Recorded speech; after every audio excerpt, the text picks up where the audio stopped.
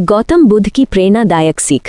बहुत समय पहले मगध राज्य के एक साधारण से गांव में तन्मय नाम का एक युवक रहता था, जिसका जीवन संघर्षों से भरा हुआ था। तन्मय मेहनती था, ईमानदार था, दूसरों का बुरा सोचने वाला नहीं था। फिर भी उसकी जिंदगी में दुख एक के बाद एक आते जा रहे थे। तन्मय की एक छोटी सी दुकान थी, उसी से उसका घर चलता था। एक रात अचानक आग लग गई। लकड़ी, कपड़ा, अनाज सब कुछ जलकर राख हो गया। सुबह जब सूरज निकला तो तन्मय राख के ढेर के सामने खड़ा था। उसकी आंखों में आंसू थे और मन में एक ही सवाल, अगर मैं गलत नहीं हूं तो मेरे साथ ही गलत क्यों होता है।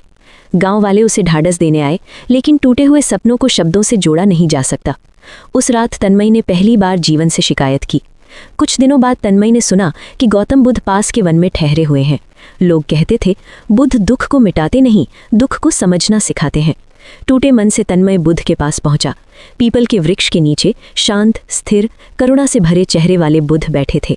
तन्मय उनके चरणों में गिर पड़ा और बोला, भगवान, मैंने किसी का बुरा नहीं किया, फिर भी मेरा सब कुछ छिन गया। क्या यही न्याय है? बुद्ध ने आंखें खोली और बहुत शांति से कहा, वत्स, जो तुम आज खोया हुआ समझ रहे हो वही कल तुम्हें बचाने वाला होगा। तन्मय चौंक गया।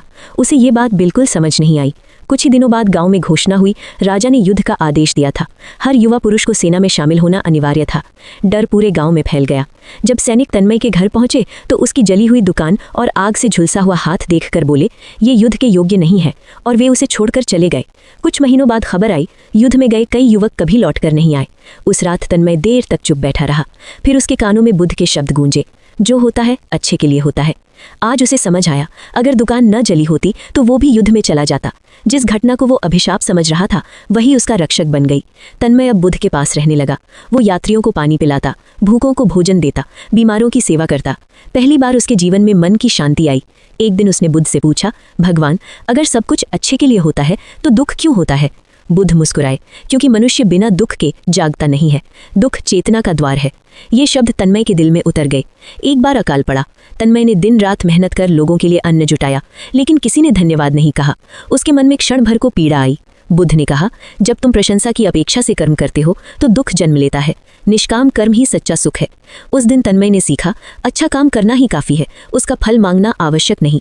एक दिन किसी ने उससे पूछा, तुम इतने शांत कैसे हो? तन्मय मुस्कुराया, क्योंकि मैंने जीवन से लड़ना छोड़ दिया है, अब मैं उसे स्वीकार करता हूँ। उसी शाम बुद्ध ने कहा, वत्स, जिस दिन तुम हर परिस्थिति को स्वीकार कर लेते हो उसी दिन तुम मुक्त हो जाते हो। कहानी का संदेश, जो होता है वो अच्छे के लिए होता है। हम अभी नहीं जानते, लेकिन समय जानता है। जीवन हर बार हमें तोड़ने नहीं, कई बार बचाने आता है। वीडियो अच्छी लगी हो तो वीडियो को लाइक करें, कमेंट करें और हमारे चैनल को सब्सक्राइब करें। धन्यवाद।